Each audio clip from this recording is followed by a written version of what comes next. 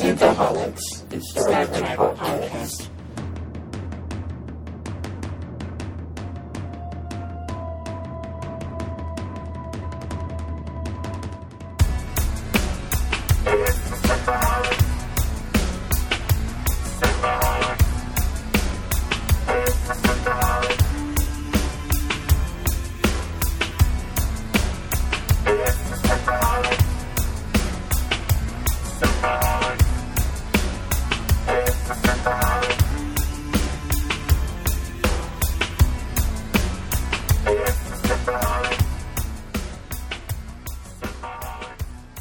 Welcome to Synthaholics, your weekly shot of Star Trek. This is your host, David Duncan, and with me we have... Aaron O'Brien! Yeah! Holly Michelle is here, too. Yeah. Yeah! And we got special guest, Guy Davis. He's back. It's only been 3 episodes, and he's back. I know. I hope you didn't forget about me. Don't you forget about me. Another song reference I didn't fuck up. Yes, yeah. Yeah! Welcome, Guy. Welcome back to Synthaholics. Why, thank you very much. Thanks for having me. Yes, good to have you back. And we have more Discovery episodes to talk about. Somehow. And Dave and Holly, we got a little news on the Picard show. Some nudes? Yay. On the Picard show. Yeah, nudes. We got nude pictures of Picard in cast. Oh, man. So, Have you ever seen the show The Extras? No. Okay. Because there's this great thing where it's a show where they pick like British actors, but one of the British actors they pick is Patrick Stewart. Uh-huh. And they make them do these weird things. And one of them is he's like, I've got this idea for a show where I'm like Xavier but every time I look at girls, their clothes fall off. Oh, I saw that. Oh, I have seen that. Yeah. That Anyways, sounds you're saying brilliant. nudes, and I was like, that's the first thing that came to mind. I mean, The Extras. Xavier could do that anyway, though. I mean, Well, that was the whole point, yeah. to be fair, he could totally do that anyway. Yeah, that's the thing. It's Charles Xavier. Does. So we need to put X-Men in Star Trek's mirror universe, where she's doing that all the time anyway. Yeah, you're naked. So, OT. It's getting So, yes. hot in here. And she just plays that song, and everyone does it. so anyways, the news that I was going to tell you about, not the naked stuff. Naked news. That's also a thing. Naked news. So Alice Kurtzman was talking on, I guess it's called Paley Fest in LA, and they had a Star Trek Discovery panel, and they said that Patrick Stewart was reading the new script at his kitchen table, and it was so great that he almost cried. He spilled I his was going to coffee say, on it. did he fall over laughing? But You call that acting? He needed Robert Kurtzman to come over and read it to him because his eyesight's failing. Robert, I can't read this. So that's basically it. They didn't say much about, they didn't reveal anything about the actual show. They said that it's going to be different than Discovery. They want to have different feeling. It's going to be different than Discovery because it's going to be Renegades. Yes, well, I guess. So, yeah, and I guess they will start filming in the Los Angeles area in April 15th. Oh, wow, 2 weeks, or almost, by the time this comes out. Yeah, it's soon. coming right up. Pretty Very, soon. very soon. Maybe So we'll get to see something by the end of the year, at least the trailer. Yeah, I think they want to bring it out By the end of the year. Yeah. So Spiffy. Yeah, so that's that. And it's exciting, don't you think? That is pretty cool. It would be funny if he read from the script, and then he's like, this is like the worst reading ever. Didn't I see this in the Star Trek fan film somewhere? Well, sadly, we had to let Patrick Stewart go. He just wasn't the right person for the job. He can't play Picard anymore. He doesn't know I'm how sorry, to do but I don't think he could play the part. We'll get We had James to hire somebody McAvoy else. to play Picard. We'll get Jerry Lee Lewis. Right. Brett Let's Spiner get will Gilbert play. Godfrey to play the part.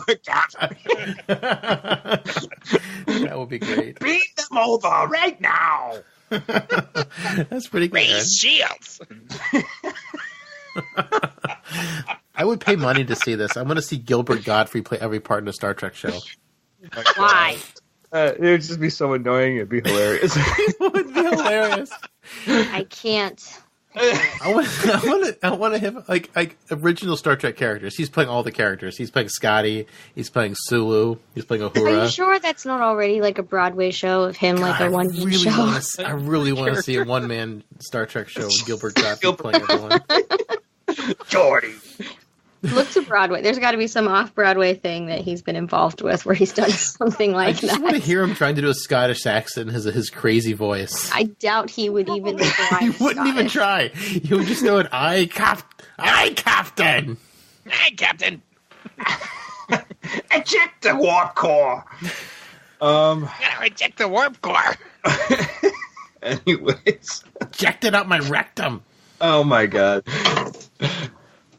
Well, there goes that news in the toilet.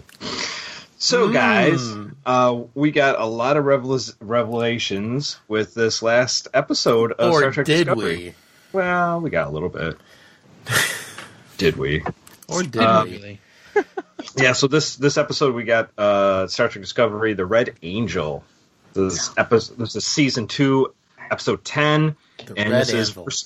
Red Anvil, and it first aired on March 21st, 2019. And we start off with poor Ariam going through memory erasure. So, Can't let anyone find her floating around in the torpedo. Let's just delete it. all that information's got to be taken out. All control delete. Yep. Let's make sure that nobody finds out that she was walking on a beach with that guy. Oh man, that's scandalous. Scandalous. Can't let that out. Why don't they just keep her brain in a jar somewhere, and that way they tap it if they need to? And it could become the brain of the Enterprise, like the Millennium Falcon and Solo. Oh, wait, sorry. There you go. There you go. Abby something. Abby who? Right. Abby normal. Yeah. I mean, it seems... Okay, so I didn't get to listen to any previous episodes of Synthaholics. I apologize. Oh my god! For this particular season, because my wife and I are still way behind on the episodes of where we, so of course, as long as my child is in the room, we can't listen to anything that might have my child pick up spoilers that might have, because of course he's promptly going to go repeat it too. Spoilers or the other things that we say. Yes, that too. Well, yeah, some of that stuff probably wouldn't go over as well either.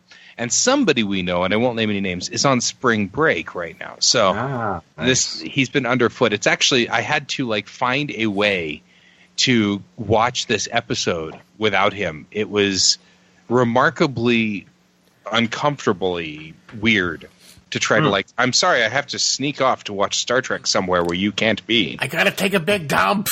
Right, it was really weird. It was Who did you have to strange. avoid? I was his son. My 9-year-old. Oh, I see. Because he usually watches Star Trek with me, but Discovery's been off limits because it's not the world's most family friendly of all of the Star Treks. It's the most family friendly. This episode's better. Really? Because eyeballs. That's all I gotta say, man. Eyeballs? Hey, it was not the graphic at all. Yeah, my kids saw that. They didn't flinch. They seen. Okay. I'm just saying. New York parenting versus Colorado parenting. I guess so. Hey, you get get a stick in the eye. It happens. But yeah, you grow up. This happens all the time, man. Yeah. Curly, has he seen the Three You guys Stooges? in New York, man, you guys live it rough. Hey, we watch the Three Stooges. People get their eyes gouged out all the time on that show, and that was family friendly. What do you think happened to Alpha? Boink. It needs the Three Stooges noise. Boink. Wise guy, huh? Wise guy. That would have been great if Leland got up and was like, wise guy, huh? Jesus. So you had to sneak around your son to get this episode in. Hey. So I didn't get to. I don't know if you guys were talking about Ariam before, and I didn't mean to interrupt this whole thing, but did everybody else feel like we just kind of said, "Oh, we got to kill a character, but we don't want to kill any main characters. We'll No. That was Yes. Dave's take. Yeah, you should listen to last week. I was like, but nobody knows anything about Ariam, so we'll let's build a whole bunch of stuff around her. and then kill her. I loved her. I loved her. She's she a waste had of a character. minimal lines, but she was in many shots. Just she because was you're in great. shots doesn't mean you have a character. Yeah, but we didn't know anything about her. That's exactly Just my because you're on a point. That's podcast exactly doesn't mean you my have a point. character, David. I'm pretty sure they know my character if they've listened to the show. At least they Pretty can sure interpret she it. was on the show, so she is a character. But she had no character. I mean, like, There's a really, difference between literally being a looking at character all and of having the character. looking at all of the, like, if you look at the boards and everything like that, and just looking at like where we were, on Reddit and all of these things, up until literally episode 9, we weren't even sure if she was human. Right. We didn't know anything We knew about her. nothing about her. Yeah, it was. I don't know. It was a mess. And so it was kind You of should like, listen to last week's episode. I mean, she could have been an android. She could have been. I mean, there was all kinds of stuff we didn't know about Well, she her. probably wasn't an android because Data was supposed to be the first, sort of. Right, but we were still speculating that. But the show gave us no inclination, so that was basically my point last week. The show gave us nothing to work with. I droned And then all on of a about sudden it they were like, extensively last week. "Oh, this is the point where we've got to care about her." So they just like pulled it. Yeah, off. that was Dave's takeaway. It was like too little, too late. Don't try to pull heartstrings if you didn't give a crap about the character before now. That's sort of where I was, and I mean, I felt really bad about that because I was really kind of aggravated about it. Now, So was I I. think it turned out to be a wonderful episode because Frakes was in charge. I think that's really what pulled it out, was because Jonathan Frakes was in charge of it. It turned out to work really well because he's a good director. He's a good director. And because he's an awesome director, he managed to pull that one out without too much lens flare either. Yeah. Well, he's our guy, man. Yeah. Frakes is totally our guy. Well, Robert Kurtzman's on set with a flashlight shooting it in the camera, so you can't get rid of all the lens flare. But it happened again this episode too. It was really getting on my nerves. Alex Kurtzman had 2 flashlights, one in each hand this time. Anyway, I don't mean to knock you there, Holly. I mean I see where you're. I think that in balance, it was still an okay episode. There's nothing wrong with it, except that I feel like I think that they relied very heavily on Jonathan Frakes to pull that one out because they were coming up with, like, they had to really work hard. I didn't make that point, Guy, about him pulling it out, but it's a very good point. Well, anyways, let's go on with the story. Okay. All right. Sorry, your grievance has been acknowledged. Has been logged. Can I log that grievance? Yeah. Thank you, Guy, for backing me up. Yeah. So we got the whole thing where they're downloading Ariam's, erasing her memories, downloading it, everything, and we got Tyler getting taken out of his quarters. He's out of house arrest anymore, so he's done with that. Oh, guess it wasn't you. Sorry, our bad. Guess we trust you again. I'm so sorry. We locked you up. They didn't look very sorry. No. Although Nan kind of looked at him like, "You poor man." I don't know. You poor 2-dicked man.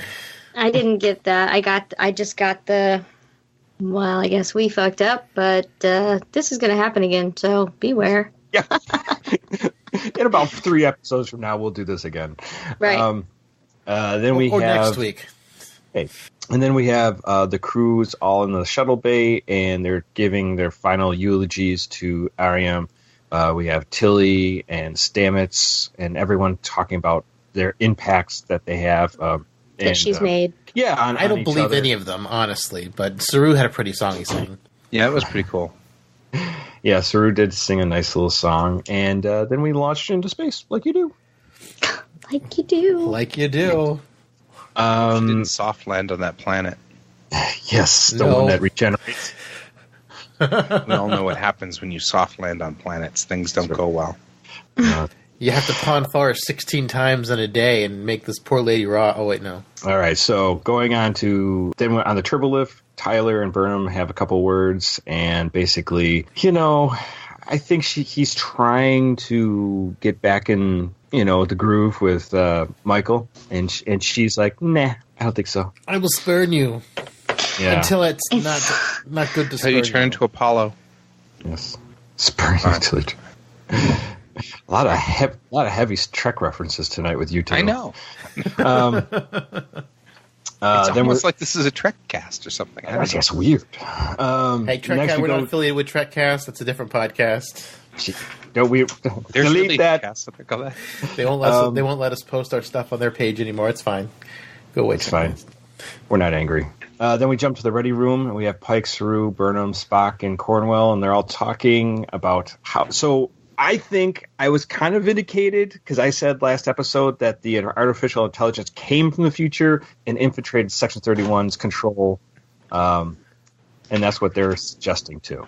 Mm-hmm. I feel kind of good. 1 point for Aaron. Well, that's good. I mean, they've done a terrible job at the show of explaining things, and they kind of like do like step back. It was kind of hard to figure out what was going on, like from what they were saying last week, and then they kind of clear things up in the next episode. I feel like that's happened several times this season. Oh, absolutely. There's a fear that the control artificial intelligence might have sent itself off that station and might be dormant. So they have to be clear. I mean, they have to be watchful for that, I guess. Vigilant. Next is they also said the Section 31 ships are trying to run diagnostics, so make sure all that their systems are clean of the control. Scotty's working overtime. Yeah, that's right. Just cut to Scotty sweating profusely. And this is where Tilly walks in to the door because they don't lock the door for senior staff meetings, apparently. I like the way you worded that. She walked into the door. Well, they open automatically and stuff. That was actually an adorable Tilly line. I know, but it is kind of weird that they don't lock the door for senior staff meetings. Yeah, that's true. Anyway, so she said that she found a strange code in Arium's system, and basically there was this file called Data, a Project Daedalus, and Burnham was like, "That's the last word she said to me before she was sucked out the airlock." And she said then she goes into the biosignature or neural signature of the Red Angel, and it's Burnham. Woo! Vindicated. Yes. So it's Burnham who sort of. That may or may not be actually vindicated, but it could still happen. Right. So we get a shot on Michael going, "What?" And then or we cut to the commercial that nobody watches. Oh God, those damn commercials! So dumb. Commercials? Yeah, we get commercials because I have the cheaper package. Oh, Holly, you're welcome.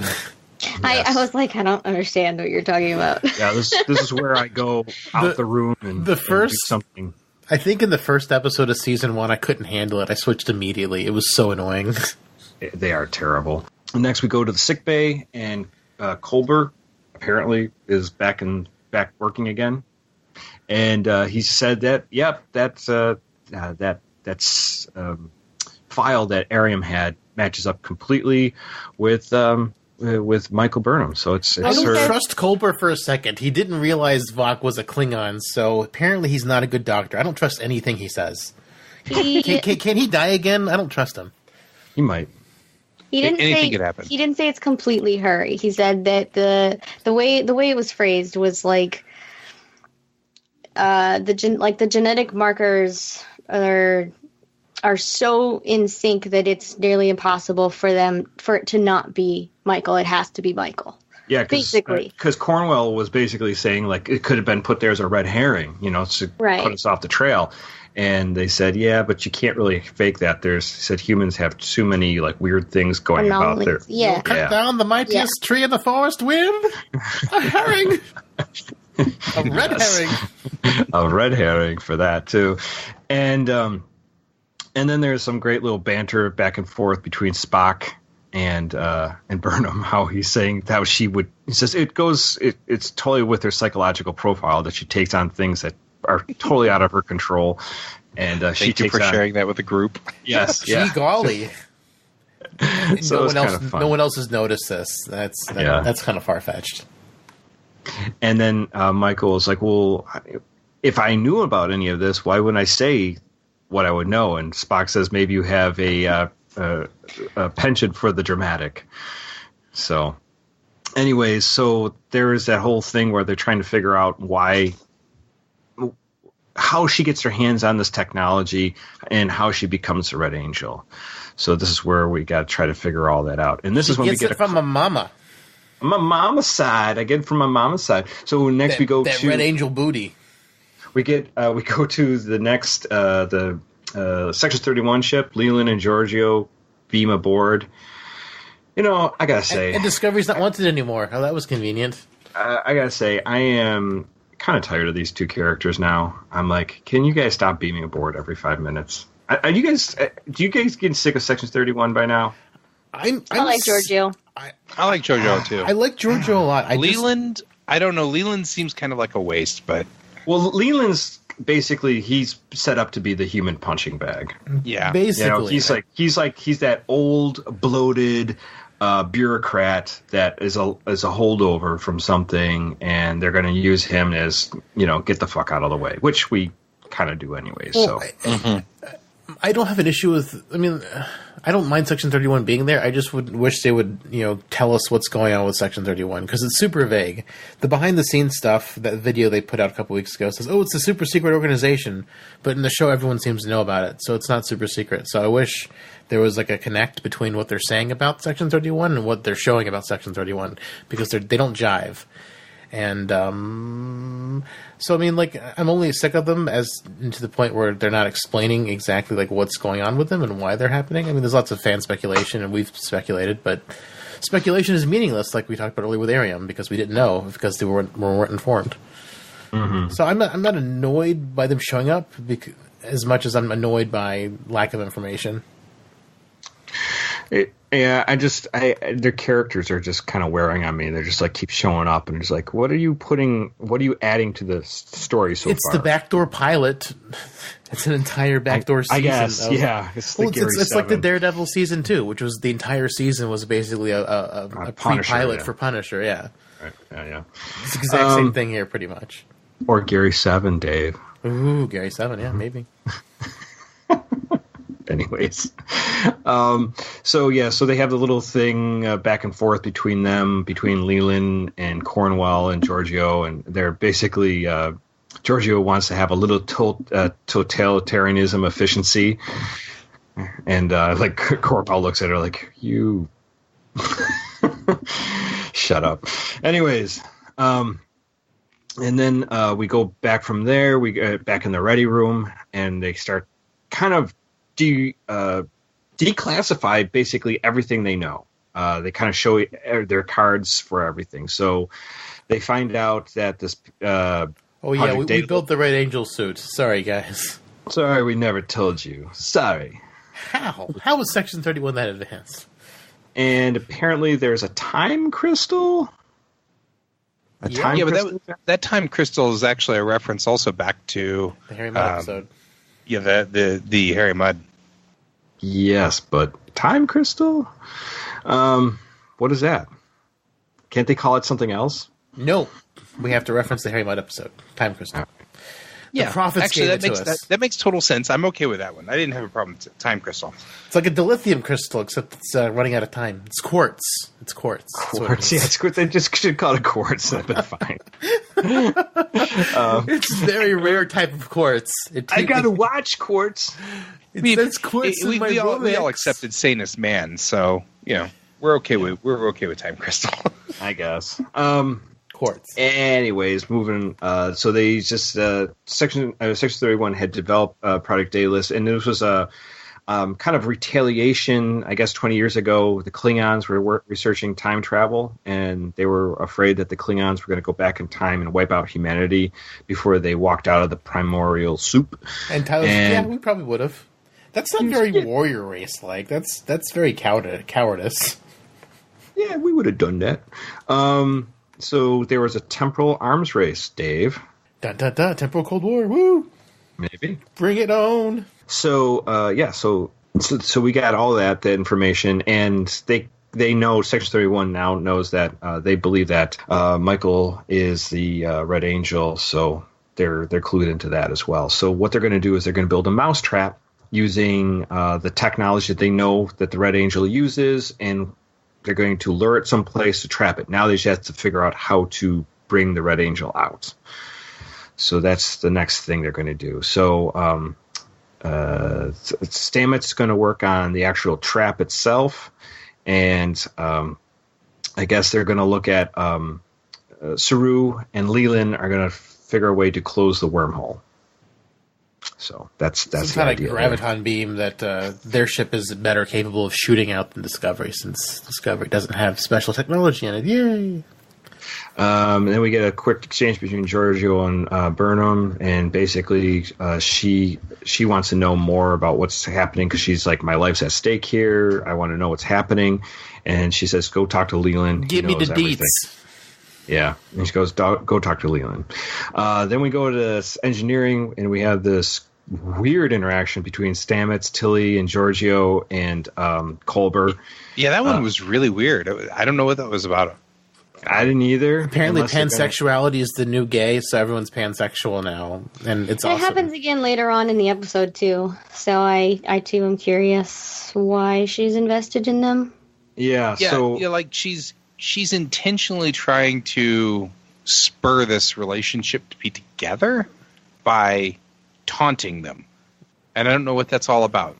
Yeah, I don't either. But apparently in her universe, she slept with both of them. Yeah, her and Stamets and Poppy apparently all slept together.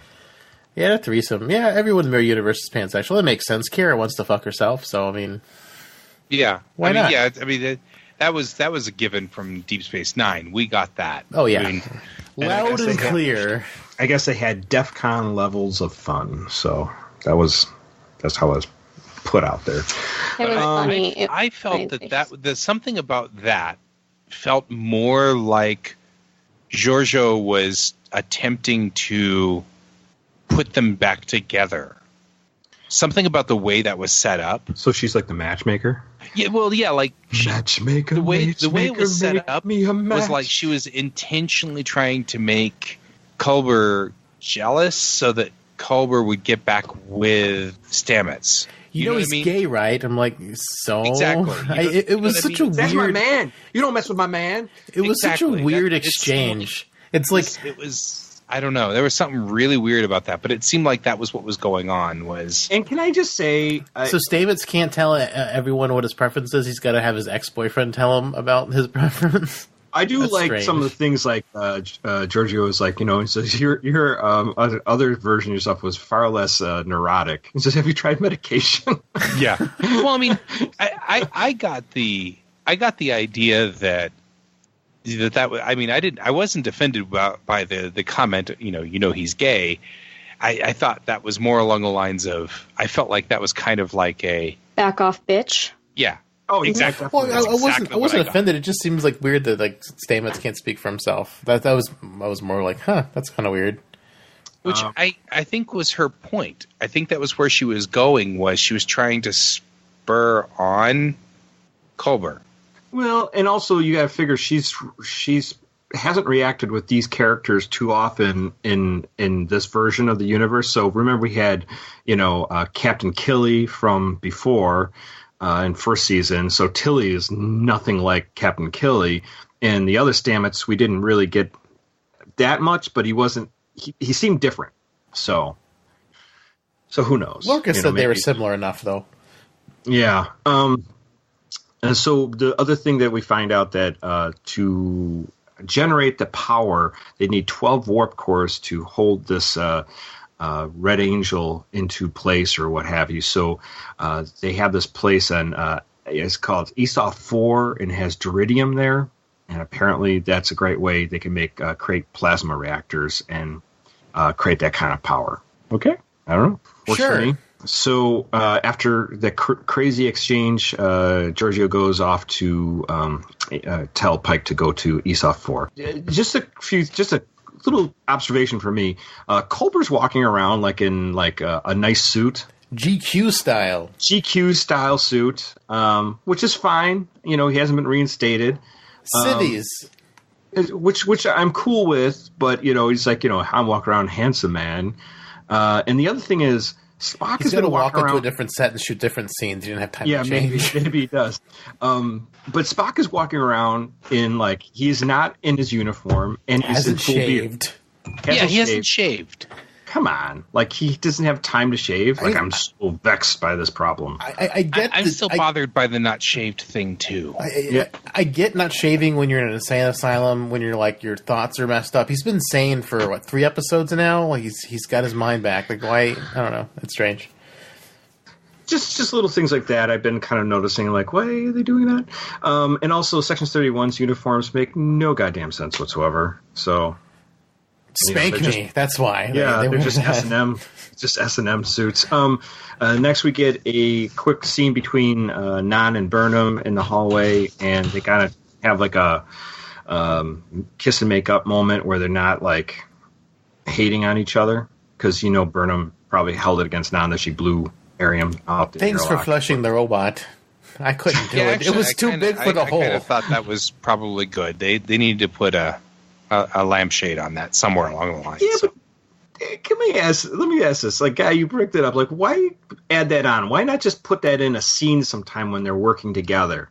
You know, like, why don't it be like, hey, just like the time you blew Arium out, it's like, you know, I did that because I had to, you know, that kind of thing. Like, why not do something like to raise the tension? But instead they're just like, we ever notice that something bad happens the episode before, like Tyler and Pike, and then they have a kiss and make up moment later. Well, it's the same thing in the second to last episode of Discovery, season 1, where Stamets and Ash, you know, ran across each other, and they had to take this moment to like talk about the thing. Where it just didn't make sense. It just felt like it was inserted there. It didn't seem natural. Discovery does that a lot to kind of like just make strange little plugins. It would have been like kind of like crazier if it happened this season instead of last season. You know, I don't know. Yeah, I don't know. I mean, do you feel the same way, Guy? Or is that? Yeah, well, I don't know. Like, it just feels grafted in there. Like we just had to throw a scene in. I do kind of feel like this episode, this is a light episode. Like we were talking about before, the 2 episodes that have the word light in them were kind of like weirdly assembled. And I'm kind of feeling the same way about this one.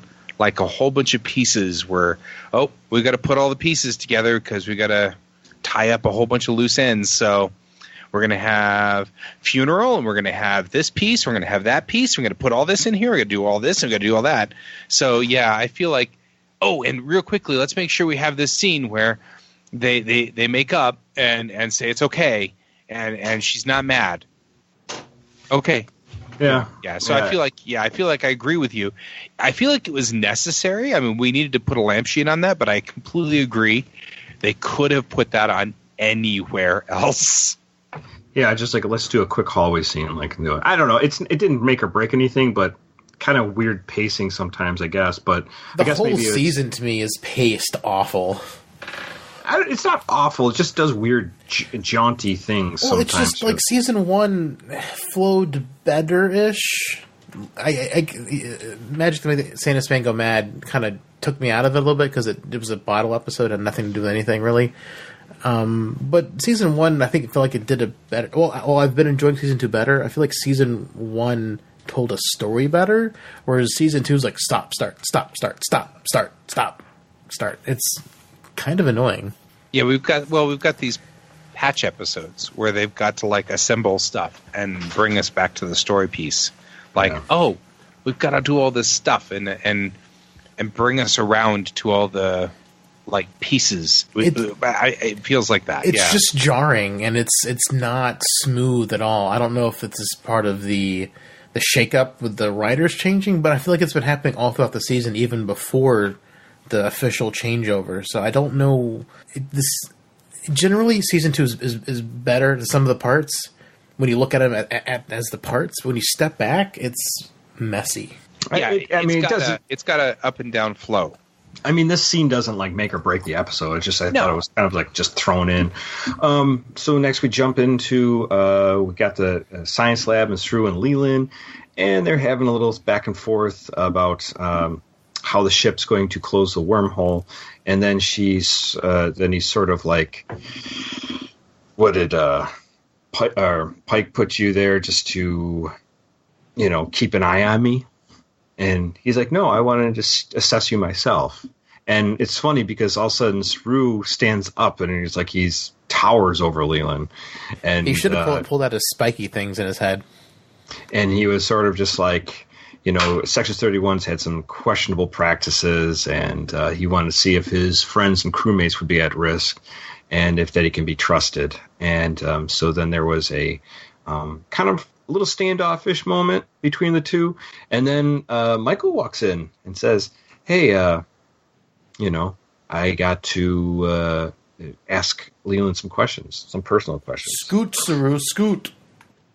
So, and then we have basically Leland telling Michael that his parents were involved with Project Daedalus, and that there's mother and father were on that planet when the star was going to go supernova, and the idea was that they stole or not stole, but they found the time crystal on a black market in an Orion outpost, and it was I guess it had been stolen from Kronos, and she thought it'd be a great way to hide it on this planet, but apparently the Klingons found it, and his parents were Burnham's parents were in jeopardy, and they died. And this is where Burnham just punches him twice in the face, once for his mom, once for her dad. I didn't like that part. I don't know why I felt that. I mean, even though it felt un-Star Trek. Yeah. Yes. Thank you. It felt very un-Star Trek. Well, the only thing is, like, I get why she would do it. That's not a problem. But the other side is, like, Leland's supposed to be, like, this master spy guy, and he just takes like, punches. That's all. He's like, I'm a human punching bag. Well, but I mean, beyond it sounding not Star Trek, it also feels super cliche, like the like Burnham telling Spock that he's a freak to try to protect them. It's just very cliche, overdone, traditional.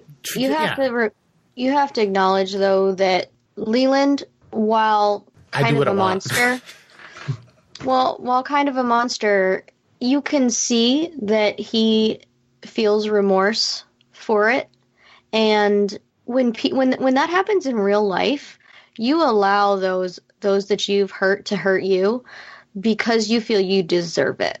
Yeah, so he'll take the punches. That. I understand. I'm totally in agreement with that, Holly. I'm on board with that piece. I agree, and I understand it. He would accept it.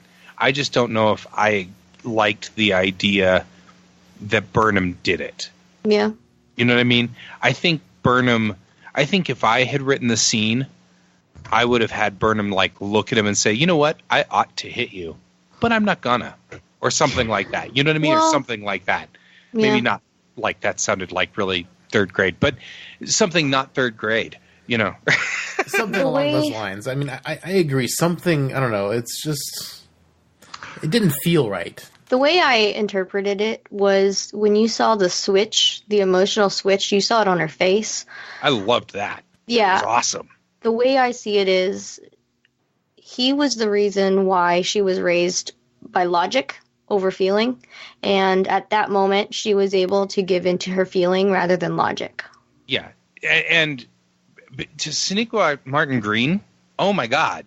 I mean, that was a beautifully acted part. Mm-hmm. Mm-hmm. I mean, you read everything across her face. Mm-hmm. And so, I mean, as much as I hated what they did to Michael Burnham's character in that moment, the way the actor played that part, oh my goodness, that was gorgeous. She emotes very well. Yeah, she does a wonderful job. She does. Every time, from shock to anger to, complete feeling despair, she emotes that very well on her face. I agree. Oh, yeah. It's basically the Janeway problem. Kate Mulgrew's a fantastic actress. They just don't write goodly for her. Goodly. I'm trying to come to their level of writing or speaking, so they don't write goodly enough. Well, anyways, so he gets his ass handed to him, and like you said, I don't know if it was Holly or a guy was like, kind of like he lays on the floor. He's like, yeah, I had that coming to me. Right. Yeah, like I think he knew he had it coming one way or the other.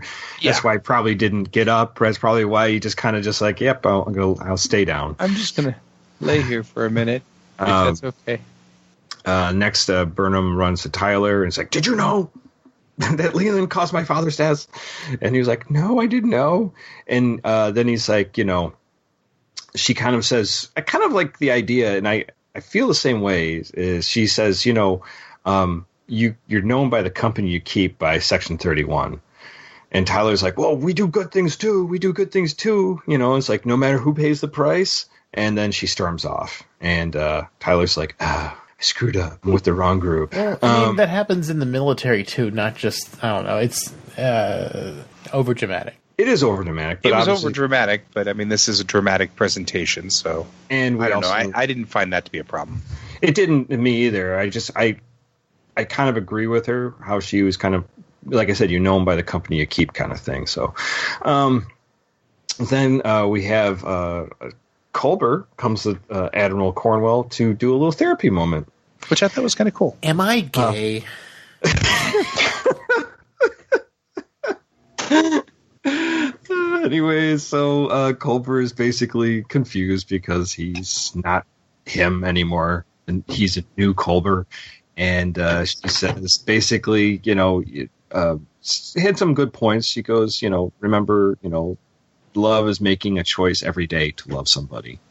Yeah. So, and then secondly, says you have to, if you're going to walk a new path, you have to start walking on it. Is to start walking that new road. So moonwalk on it, though. Yeah. Anyways, so we have that little moment, and then we jump over to Burnham's punching a boxing dummy. Leland. Wait, no. Boxing actual dummy this time. Yes, and Spock walks in, and they have a little chat, and Spock says, hey, all the stuff that you said to me before, you were a kid, you were trying to process the death of your parents, something even adults can't seem to do if they're, presented with that tragedy. So, this is, how I forgive you, basically. So, for what the things that happened between us. So, and to be fair, this isn't the first time that the writers have sort of overplayed the children. I mean, realistically, Spock has been like an idiot as a child numerous times. Every time we seem to go back in time to see what Spock was like as a kid, he's always dumb. I can't make the puzzle work, Sarek. Yeah, I mean, it seems like every time we go back to anybody's childhood, they're always stupid. How do I make the cow toe work? Right. Well, or driving a stupid Corvette off of a cliff or whatever. I mean, it's like we never seem to be able to get any of the Star Trek characters straightened out as children. They're always like seriously overwrought and weird.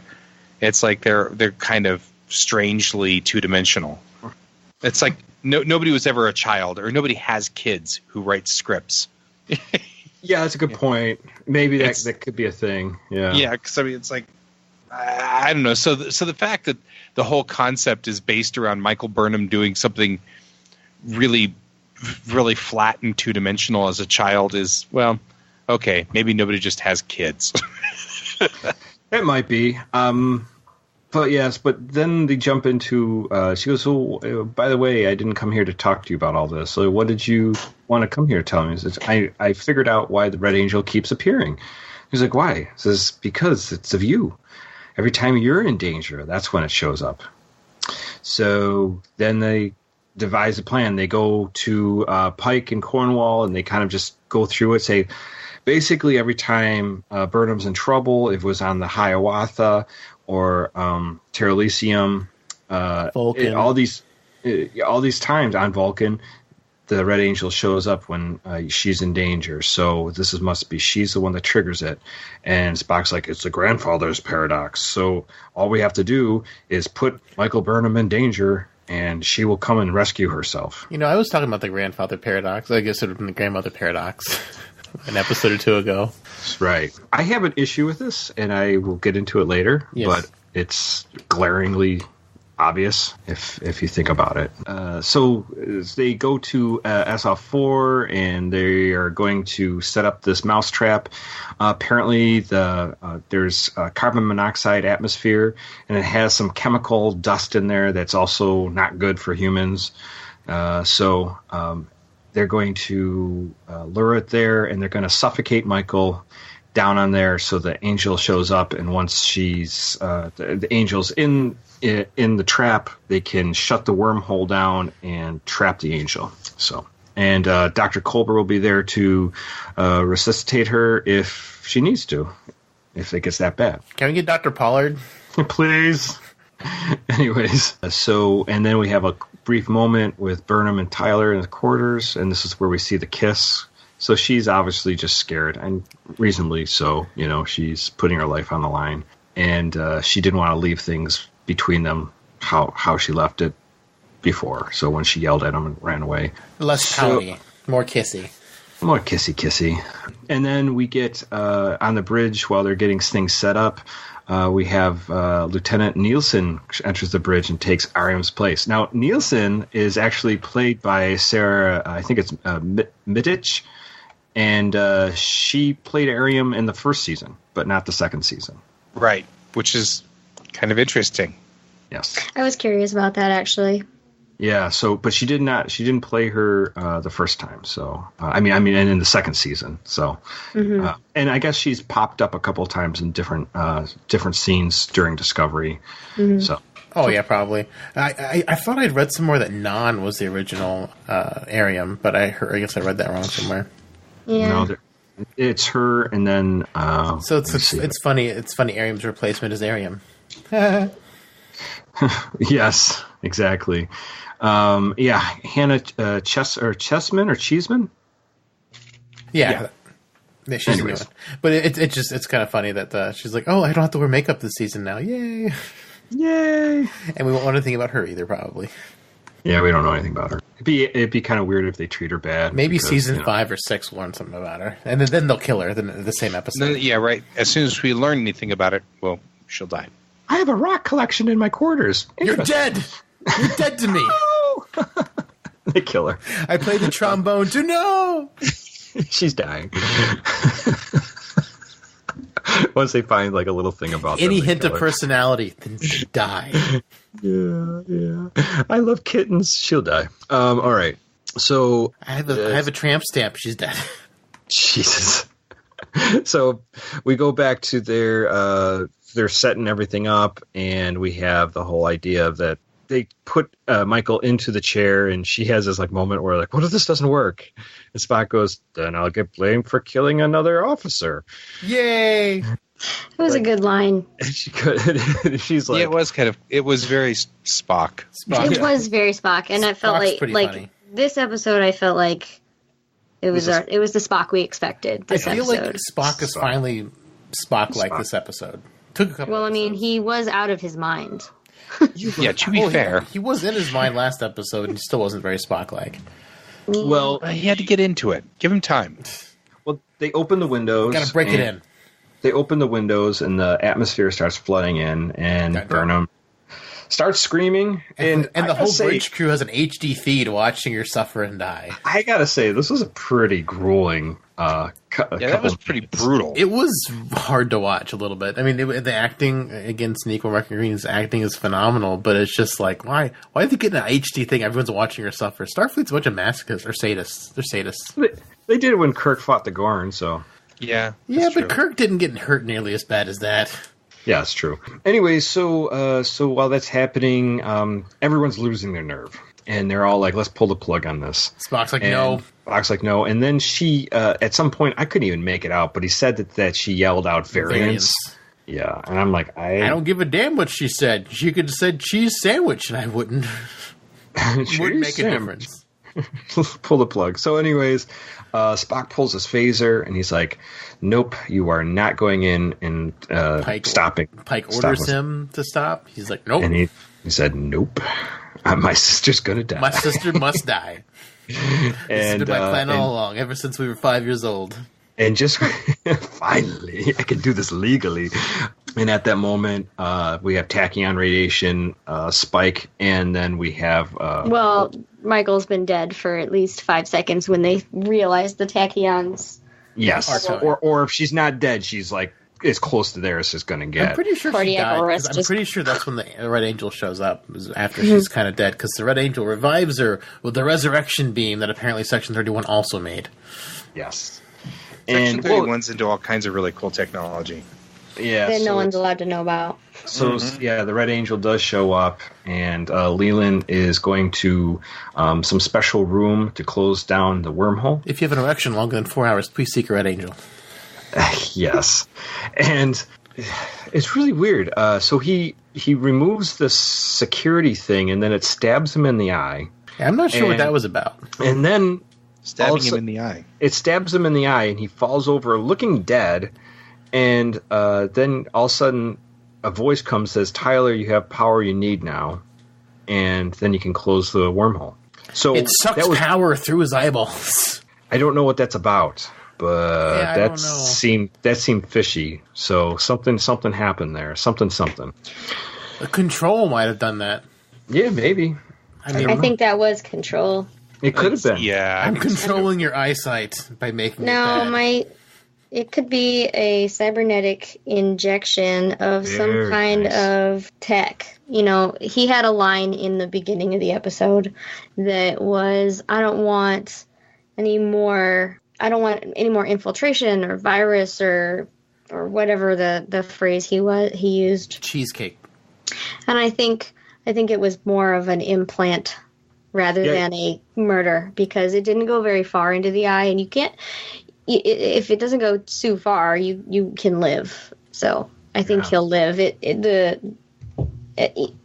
we're just going on the set, the needle was not very bloody. He's not. He shouldn't be dead. It's actually a really great theory, and that might actually be what's happening here. So the control took over Leland. So after they close the wormhole, Tyler closes the wormhole from the Section 31 ship. Then down on the planet, the Angel is brought down by some force beams of some sort, and then they shoot off an EMP, which disables the suit. And it kicks it out. And they put a shield around them, and the suit opens up, and someone stumbles out of it. And who is it? Mom? Mama dear. So it was her mom. It was her mom. Your mom. Her mom. It's your mom. We can tell you can tell your mom jokes now. Oh, we were totally. Your mom was so red, she an angel. Yeah. Yeah, so that ends up this episode. Guy, you're a guest. What did you think of this episode? I feel like it was patched together. I mean, there's a lot going on in this episode. There's a lot. Yeah, and again, I feel kind of like, I feel like I've been brought in on all the patched in episodes. I feel like I'm always kind of like ragging on the episodes. Make it work. Yeah, it's kind of sad. My feeling on this is that it wasn't a bad episode. I mean, I don't think that it's necessarily a horrible episode. I felt like it was interesting and intriguing, but I'm still kind of smarting over Ariam. You know, I feel like they just like beamed her in just totally so that they could wipe her out. And I'm like, oh man. And now they're still kind of rolling on that. You know, it's like, hey, and let's do some other stuff with that. And I'm like, oh man, come on guys. Right. But then we had all these other threads that were rolling with this. And I'm like, phew. So I don't know. I give it like a C+ on a scale.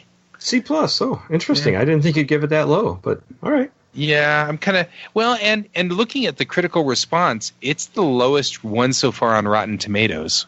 Really?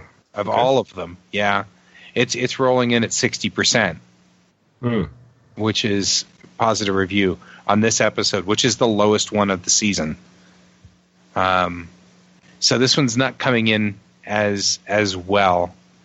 I don't know. I wonder if I'm feeling like I kind of feel like the reveal was interesting, being that it was their mom, her mom. But I feel kind of like, I guess there's a couple of things. One, I'm glad it was her mom, for one, because my first thought was Spock's totally right. If this whole thing is a plan to get Burnham to save things, save the world, then this is like the most backwards way to do it. You could just come back in time. Burnham could come back in time and say, "Hey, Burnham, your bank account number is 1234567. I'm really you. Save the world." Yeah, right. You know what I mean? Exactly. Come on. This is what you need to do. Truly Burnham. There's like better ways to do it.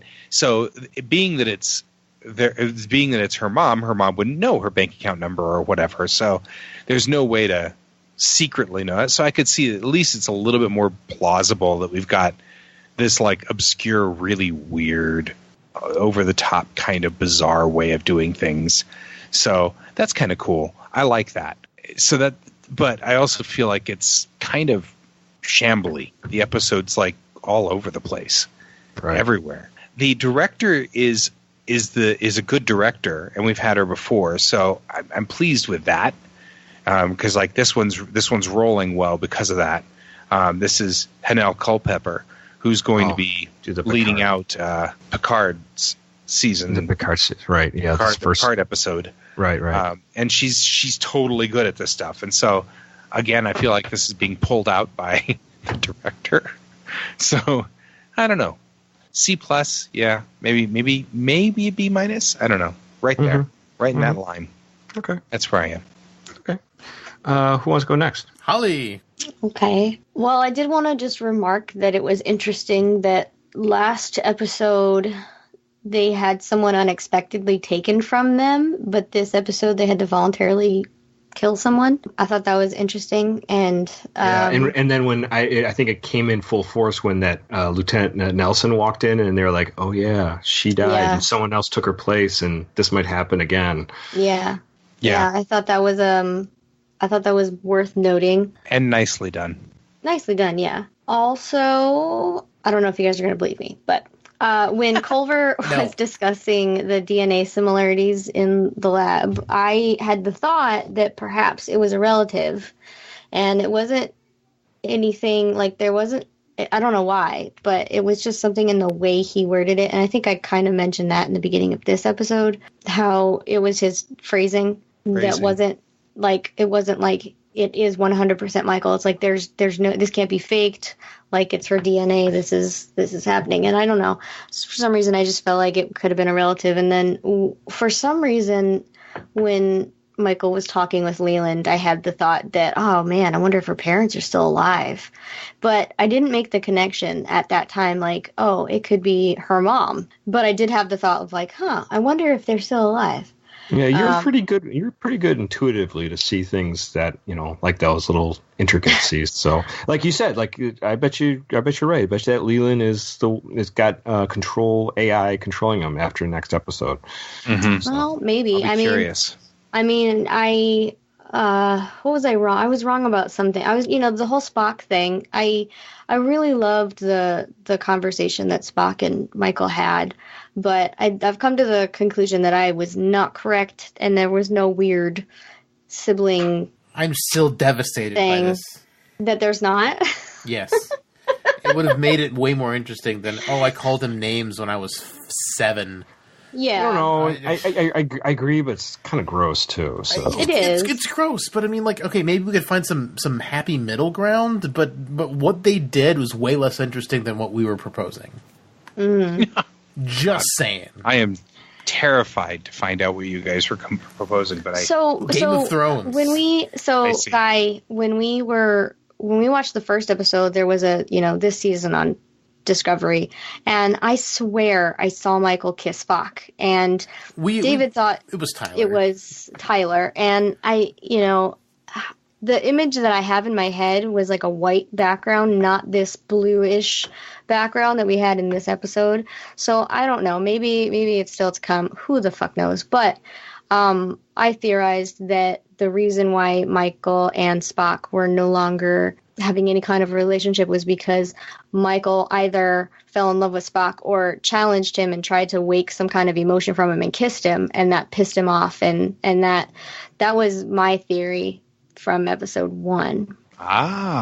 So that's not what happened. We thought there was a little incest going on. Yeah. Some pond farring. I was kind of grossed out by it, but it was like, well, it could happen. That would be a good reason. Yeah. Be pissed off? Yeah, of course. It would be great. It would have been interesting versus like, oh, I called you names and then I did the cliche thing. Yeah. Oh. But okay. So yeah, I don't think that's the case anymore. The memory I have, I mean, I could always watch the first episode again and then see this season on Discovery and see if I am remembering it correctly. But yeah, the scene that I remember was kind of more like the cafeteria where it was like white. Yeah. And Michael and Spock kissed, and David was like, "Damn it, we saw Michael kissing Voke Ash, and I fucking hate him, and I want him to die." And I was like, "I don't think that was Voke. Like, I really think that was Spock." So, I don't know. But I really did I liked seeing Spock again, like actual Spock. I agree. It's funny. My mom has not watched any of Discovery except last week's episode, and she was like, "That's not Spock." And it's so funny because like we're watching it, and my mom was, back in the day, she was a Trekkie, and she's like, "Well, something happened to Spock, and we never really knew what it was, and this could be the thing that made him the way he is." And I was just looking at her like, "Okay, Mom." Yeah. And she was like, "I don't like this Spock. This is not Spock." Yeah, I kind of felt the same way. I mean, I don't like the emotional outburst these Vulcans keep having. Really frustrating. So yeah, I think that's pretty much all I had. I kind of disappointed that I didn't think that it really was her mom, but whatever. Whatever. Hey, Ron. Yeah. This episode wasn't terrible. I don't know if I gave a C, maybe a B, but I think more of it was just so much was cobbled together at once, and they keep trying to do this, keep on trying to put too much in one episode. And yeah, you can do it, but you don't let the scenes breathe at all. They're just so tightly edited, and you're in and out. And so I had a little bit of an issue with that. The big issue I had with this was, how would you trap your future self without your future self knowing that you're going to trap you? Right. That makes no sense. That was what I kept thinking that over and over and over too. It's like if you're going to trap your past self, that's easy because your past self doesn't know what's going to happen. But if you already know that you set up a trap, that you're going to have some kind of way to get around it. So I was just like, that is just silly. That's what I was thinking. I was thinking the Red Angel. If she's the Red Angel should just show up before they do any of this to save them some time, to tell them what's going on. But it just didn't happen. Yeah. For a moment, I thought it may have been Giorgio, the Red Angel. She, just a second, I thought so too. Yeah, her shifty eyes and her, questions, and always concerned for Michael. I was like, maybe it could be Giorgio. So when the mask came off, I was like, is it Giorgio? And it wasn't. Yeah. It just was, to me, it's just a silly concept, is the grandfather paradox. Like, well, yeah, but if your grandfather knows that you're coming after him, it doesn't make any sense. So, whatever. I mean, I think that's a huge plot hole in my mind, but I guess I can just let it go. But I think it's kind of crappy writing. Yeah. I got to admit that was something. I thought, well, maybe I'm just tired. Maybe I'm just tired. But I'm just too cynical on life. Maybe I'm too cynical. But I had thought that too. I thought, well, wouldn't I know if we tried to capture me? Yeah, right. Remember back in hey, Aaron, remember back in 2019 when we tried to trap you? Yes, good times. That was a good time. Times. Boy, if I had a time machine, I would have got myself out of that real easy. Yeah. Man, that was a crazy we were trying to do too. Goldberg We used machine. that. We tried to reverse the polarity in the Wurzen flapping, and we beat the bloopum blopping. And boy, it worked really well too. You were stuck. You know, You'd never get out of that, would you, Aaron? No. if it's truly Michael's mother, then cool. I'm interested. But you know, a lot of daughters look like their moms, and it could be an aged Michael. Mm. You know, we don't That's know. true, too. Yeah. Although she did look remarkably different in some ways. Like she looked a little lighter than Michael, and she looked a little more Asian. But I couldn't. You know, Yeah. It was very that. fast. I only saw her face for a moment. Mm-hmm. And then the other thing is the neural scan that they did, that Arium they got, and it matched up with Michael. Mm-hmm. So are they saying that the neural scan, which is exact, which is Michael, you know? But again, it's not. It could still be Michael. It could still be Michael. I watched the episode twice just to make sure that I wasn't crazy. It's not exact. It's just very hard to fake the similarities, is basically what Culver says. Well, it could still be Michael. Yeah. If Michael got in that suit after this moment and starts going back in time, then it could be her. Yeah. But still freaking weird. So, yeah. So anyways, that's where I'm at. Dave. Yeah. As far as Michael being the Red Angel, I still think she is the Red Angel because Michael has to have a way to get the suit. Because it was a Section 31 suit and it was lost during the Klingon attack. So her mom gets the suit. Her mom goes to the future, finds out when Michael dies. Michael dies by being suffocated by Spock and all these other people. She goes back and stops that from or gets there just in time to revive her because the suit's got a reviving ray. Or maybe she can't revive her and she goes further into the future to install a reviving ray. She gets that and saves Michael at that point in time. And then Michael can go back and do all the rest because all the times the Red Angel interacted with Michael, it doesn't make sense that it's her mom because I guess she could find out, but it just makes more sense for it to be Michael. Because for tracking down exactly where Michael was all those times just seems like a lot of extra work for someone to do. So far in the future that you have historical records. Yeah, but you also have to. The historical records don't matter unless they've already kind of happened. The time travel gets all circular really fast with like what happened first. So I definitely think it could be the Red Angel, or this is a little bit more far-fetched of a theory. Michael was the Red Angel. She died because they created a variance, and so someone else had to become a new Red Angel, so there's a new timeline that's been established. Although, for Michael to get the Red Angel shoot, she would have to get it from her mom in the first place.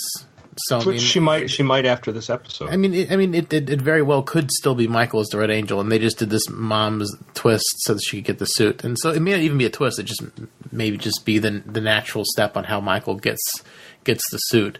So that's kind of my input there. Otherwise, I felt like this episode was kind of a waste of time because of what waste of time because of what Aaron was saying. It's like, well, if she knows she's going to die, shouldn't she just just come back and fix it before they go and kill her? That part. So that's the part I thought it was a waste of time. Or I don't know, just not. I didn't even watch this episode a second time this week because I was kind of annoyed by it. Because it just feels like so many things are just getting thrown away. So they made Discovery and everyone on it a fugitive 2 episodes ago, and then that's resolved, and they barely even mentioned it again. And it's just kind of like, what? Why throw out all these plot points and then just resolve them seconds later? It makes more sense not to even bring them up. It's kind of like season 1 where they destroyed all the spores with a magical virus, only to have a whole episode where they create more spores. It's like they're creating a problem so they can have an episode to fix the problem, but you would serve the story better by telling the story and not making problems to waste an episode on them fixing. I mean, it's a story arc. Sometimes you have episodes where you don't feel like it mattered, or it was just kind of like a gap. These are. I was just saying this to somebody else. They're a lot less episodic than traditional Star Trek. It's more story arc, and I know you think it's the Michael Burnham show. It is the Michael Burnham show. It's the Michael Burnham show. I don't know. I guess my feeling is I don't have I think I agree with Holly on this one that, it's episodic and that makes sense. My problem really is that I feel like, oh, hey, we've only got 14 episodes to work with here because we're doing this with, we can do this in 14 episodes and we don't have to do 26 episodes. But then they still have like 26 episodes worth of stuff sometimes. Mm-hmm. This could have benefited from being. I felt this way about the other, the Point of Light and Shadows. I felt like those 2 episodes really could have stood to be 2 episodes. Separate them out. Or use your online streaming service as a platform to bend the rules. You're not on TV. You don't have to fit into an hour time slot with commercials. It doesn't have to be 42 minutes. We were discovering this with Umbrella Academy on Netflix. Like episode is like all over the place as far as time, right? Some episodes are an hour and they are. They're really good. But some episodes are like an hour and 10 minutes, and some episodes are like 52 minutes, and then the next episode's like an hour long. And it's like none of them are the same length. And it's because it's on Netflix. Who cares? Yeah. Right? Yeah. So it doesn't matter. It really doesn't. Yeah, I agree. They should definitely. That's my complaint from last season too. They just rush so much stuff, and it just seemed like a lot of stuff didn't matter this episode. I don't know. They only have 14 episodes, and they're wrapping things up without. We've got 4 more episodes. Yeah, we do. Four more hours basically. 4 more. Yeah, I don't know. I think I might miss the last episode. No. Yeah, 1, 2, 3, 4. I might be able to do it, but it's going to be in Michael's leave block. Yeah, it's going to suck. Aww. I'm sure I'll be able to do it. It'll be fine. You life finds a way. Yeah. Yeah, I think this is my least favorite episode of the season. Michael becomes Kang the Conqueror from Marvel Comics. Yeah. I don't know. I just don't have a lot to say other than I agree with Aaron about the Red Angel thing, and it still could be Michael. There could be a couple different explanations. If it's all gonna be if it turns out that Michael is the Red Angel and everything that happened was her mom, I'm like, how? I'm gonna be a little bit annoyed. I don't know. Yeah, it's. I don't know. I'm hoping this kind of works together a little better, but it is a little. It's so stop and start. Like every other episode, it feels like just an exposition dump instead of like a continuous, smooth, flowing story. Yeah. And season 1, like I was saying earlier, the individual parts. We've been saying this throughout. We think season 2 is better than season 1, and I think most everyone is thinking that. I'm starting to like season 1 more. Personally, the more I'm seeing it as a whole, because season 1 had better flow to me, even though they did dumb things with the story, the flow felt better. I don't feel like season 1 stopped nearly as much. It just kind of had the weird mirror universe curveball. Right. But this season is just stop, start. I'm just come on, just stop with the jerkiness. It just it feels incoherent. At times. To me is when I think of a well-paced series. Think of I've been a big fan of True Detective. I think that that jumps around time periods. So that jumps from 70s or 80s, and then jumps into the 90s and jumps into the 2000s. So there's different time periods, and it's still paced right. Same thing with Game of Thrones. Game of Thrones, you have multiple characters, and yet the story still kind of flows along. It's so well done, Game of Thrones. And you get invested in each character, and you get to know each character. And even I haven't seen the second season yet, but American Gods, same way. A lot of characters introduced, but you get enough to get an idea what the characters are about. So I think they're close to it, but I think you're right, Dave. They've been jerking around a little bit. I just wish they would just tell a continuous story instead of And I think part of the thing is they knee jerk reacted toward to season 1, where people were upset that it was too continuous, and they tried to make season 2 more episodic and having them more self-contained while still telling a whole story. And I think they're playing at odds with each other. Do one or the other, not both. And Discovery just needs to be an arc. Just do an arc a season and just make people. I mean, I don't know. People follow Game of Thrones, and Game of Thrones is way more complex than Star Trek. And they're shorter episodes. I mean, they're shorter seasons. They're only 10 episodes a season, and it's still way more complicated than Star Trek. So, I mean, from like a storytelling perspective and a number of characters you're trying to remember perspective, there's so much more in Game of Thrones, and they have less time because it's only 10 hours instead of 14 hours. So, I don't know. Like Star Trek, they're not taking advantage of the platform. They're still not. I mean, some of the episodes have been a little bit longer than season 1 episodes, but I don't think they've still pushed the hour mark except for the first episode. And, you're saying not taking advantage of the platform. The other funny thing is with all of that is that they're still thinking like regular programming guidelines, like for commercials and for everything else. It's like they're in a 1980s kind of programming for writing their show. Yeah, I don't understand why they're constricting themselves to this TV thing unless they're trying to bring it to TV later, which is. I think they're going to. I think that's their plan. No, you're bringing us to this platform. Use it. Use it correctly. Yeah. Don't. I have a feeling if that's the plan. I have a feeling that they're trying to bring us to TV later. Because, I mean, they also haven't pushed the boundaries too far with what they can show on TV. I mean, yeah, Klingon boobs, but they barely look like boobs because she's wearing so much prosthetics. Like the blood, I mean, it was a little bit graphic today with her dying and then the torture with Ash, but still, like, that's still stuff that can be on TV. NCIS and some, of the cop shows can get pretty gruesome on regular TV now. So Discovery's not doing anything that pushes the boundary of what can be on regular daytime television either. So it's kind of like, I don't know. They're definitely not taking advantage of the platform, of the time. They're still putting themselves under time constraints. I don't know. There's so many things, little things that I think could make the show a little bit better. Like, people, Aaron, you said so much was happening this episode. Like, if they gave it 10 more minutes, maybe the scenes wouldn't feel so jammed. Maybe it would feel, maybe it could breathe a little bit more. Right. Yeah. I don't know. It's weird. Like, as season 2 is going on, I'm getting less and less excited about it. I hope it gets better. Like, I hope it gets more exciting. But just episode to episode, it was like some of the parts were so good. Pike was so good. We're getting some great shots of the ships. They're like fixing canon, which is great. All the little mistakes they made. Like on a micro level, season 2 is much better. On a macro level, I'm not sure.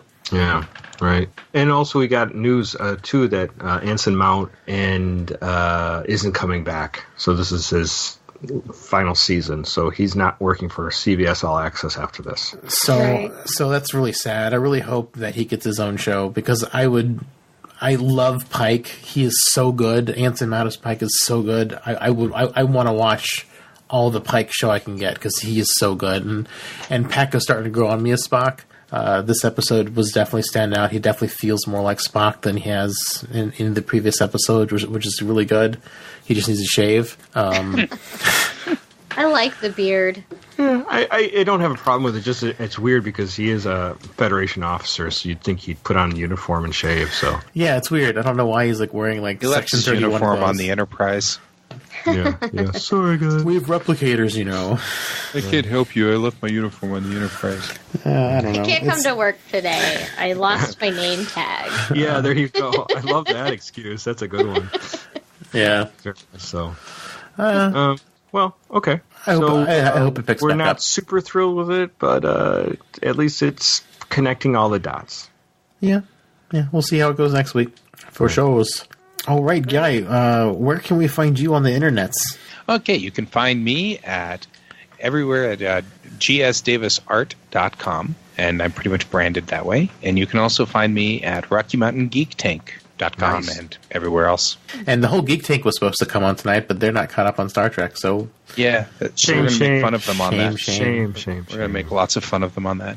Yeah, it was actually kind of funny because we were talking about this, and they were like, well... I don't know. I said, can you catch up? And they're like, how many episodes are there so far? And I'm like, we're on 10. And they're like, oh, I'm on episode 1. And I'm like, yeah, see, you're not going to catch up in time. Well, we planned this like weeks ago. I know. Weeks and weeks and weeks. Like we're on episode 2 or 3. We're having like all kinds of backlog issues with everything, so it's just the way it goes. Gotcha. The way it goes.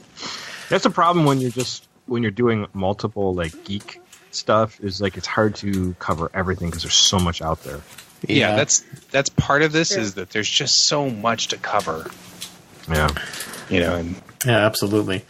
So with Synthaholics, you can find us online at synthaholics.com. You can email us at synthaholics@yahoo.com. You can join the Facebook group at facebook.com/group/synthaholics.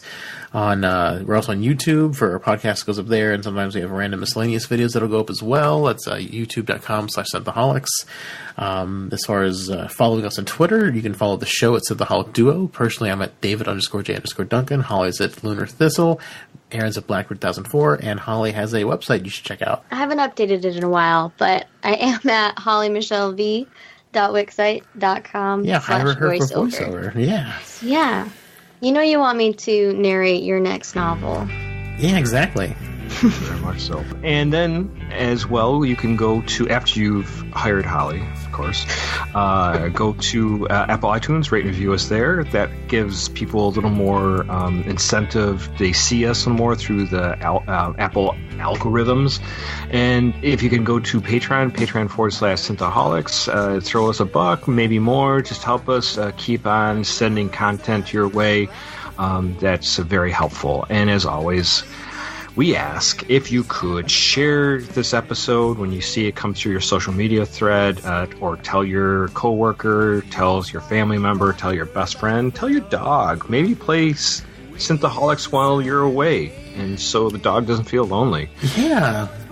that can happen. And the dog will sometimes hear Holly's dog in the background, which happens from time to time. So. And he's licking right now. Can you guys hear him? No.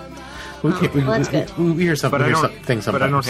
I don't have dog ears, so maybe a dog could hear that over my ears. So. Well, Synthaholics listeners, your dogs can listen to my dog.